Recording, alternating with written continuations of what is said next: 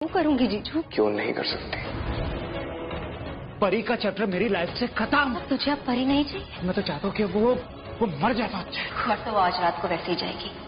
मतलब ये राजीव और ताईजी ने नीति पे लगाया बड़ा इल्जाम, नीति को सबके सामने मारा थप्पड़, दी बड़ी धमकी। जी हाँ, दरअसल हम बात कर रहे हैं कलर्स टीवी पर टेलीकास्ट होने वाले पॉपुलर शो परिणीति की, जिसके अपकमिंग ट्रैक में हम देखेंगे कि किस तरीके से ताईजी का गुस्सा नीति पर फूट पड़ेगा और परी की हालत को देखते हुए ताईजी अपना आपा खो बैठती है और नीति को थप्पड़ मारते हुए दिखाई पड़ती हैं।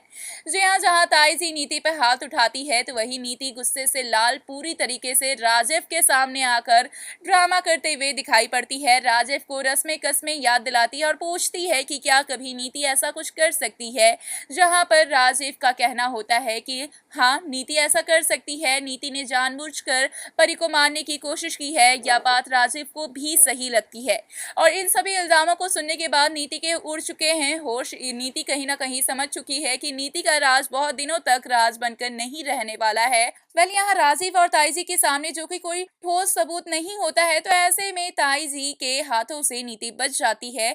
लेकिन इसके बाद नीति ये समझ जाती है कि अब नीति का राज खुलने वाला है, तो ऐसे में नीति कहीं ना कहीं राकेश के साथ मिलकर परी को मारने की नई चाल चलने लग जाती है। तो इस पे क्या है आपकी राय, हमें कमेंट में बताएं। साथ ही ऐसे खबरों के लिए चैनल को सब्सक्राइब करें।